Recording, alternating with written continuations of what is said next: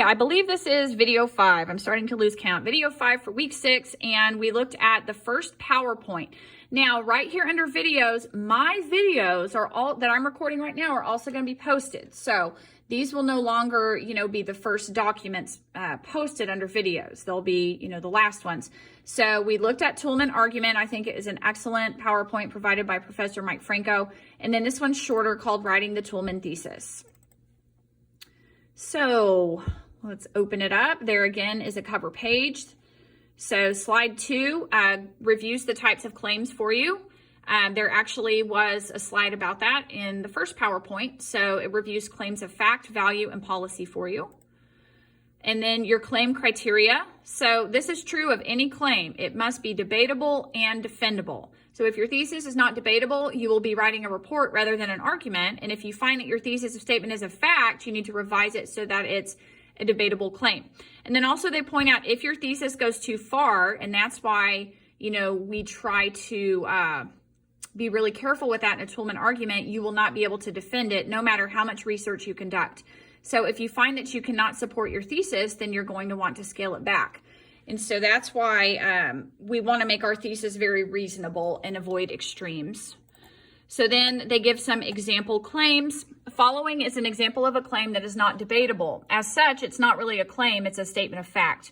So that statement is too much sugar is bad for one's health. We know that that is a fact. It has been undoubtedly, indubitably proven in the medical field. So then it gives you the example conversely. The following claim is one that goes too far. So because of that, it wouldn't be defendable. Because of its negative health impact, sugar should be banned. That's probably going too far. Example, I could argue immediately with this person. My husband is a type 1 diabetic. He needs sugar or he will die. If his blood sugar drops too low, he has to have sugar or carbs. It's not true for everybody, so it's too extreme. So then a balanced claim falls in between. It is both debatable and within reason. So food packaging should be required to list the negative impacts of sugar. And I think that's extremely fair.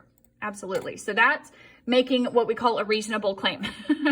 So then qualifiers. That's why qualifiers are so important because it's going to take something that's too extreme and make it more reasonable. Qualifiers limit the scope of your claim so that it doesn't go too far or lead to generalizations. They take form of phrases in your claim. So following are examples of claims that are strengthened by the presence of qualifiers typed in italics. Smoking should be banned in public spaces. So a person could say smoking should be banned, but when you say in public spaces, then it makes it more reasonable, especially to be carried out. College tuition should be free. And then they say for those with household incomes under $100,000. So again, not free for everybody, free for people who need it the most. Then next is qualifiers also take the form of words or phrases that indicate that the claim may not be true in all circumstances. So here, voter fraud, they put rarely occurs, okay? Instead of, voter fraud is always a possibility, they put it rarely occurs. So just using that one word can help you avoid generalizing that that's always the case. And then the next one says, in general, college graduates earn higher income than those without a degree. So this is in general. I know a plumber that lives near me. His name's Brady. He makes way more money than I do and doesn't have a college degree. We know there are exceptions to the rule. So that's where phrases like rarely, sometimes, in general, most of the time, occasionally, sometimes, those types of words are qualifiers because they help you not sound like an extremist. And I think this year I have at least seen a lot of statements made on social media that are very extreme. So it's just a matter of using qualifiers to make yourself sound, logical. And that, again, helps establish your ethos, your credibility as the writer. And then this is qualifying your claim. After you write your initial claim, ask yourself the following. So again, you can pull your claim from your original classical essay that you've already done in here. Does your claim go too far? Does it make sweeping generalizations? Meaning, does it stereotype everybody as being the same way when it's not true of everybody?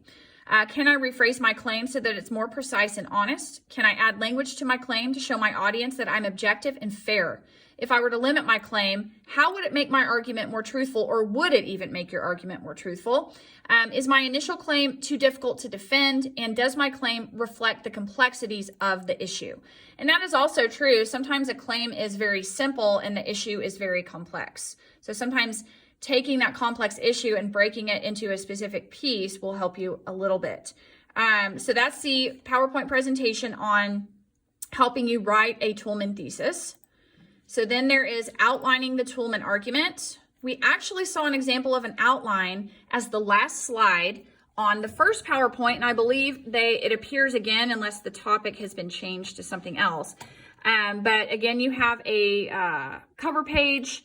Slide 2 reviews the parts of the Toulmin argument. Those were all covered in the first longer PowerPoint. Slide 3 puts it in a chart format. I'm a person that I like everything to go top to bottom on the page. I don't really like charts, but some of you are a more visual person and this works for you. So that's a map of one. And then they have a map of a Toulmin argument, and then they have an outline. So what I'm going to tell you is that these just look different, but they have the same information. So a map has its, where's the thesis?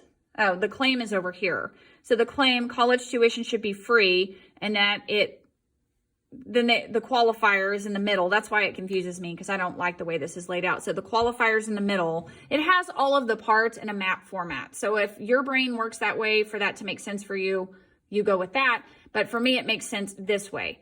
So again, you have this same example outline that we saw at the end of the first PowerPoint, but this makes sense to me because it goes top to bottom, and that's the way your paper is going to be written, is top to bottom. So I like this one better. So that just gives you another example. Okay, we're going to end this video and start a new one here in a second.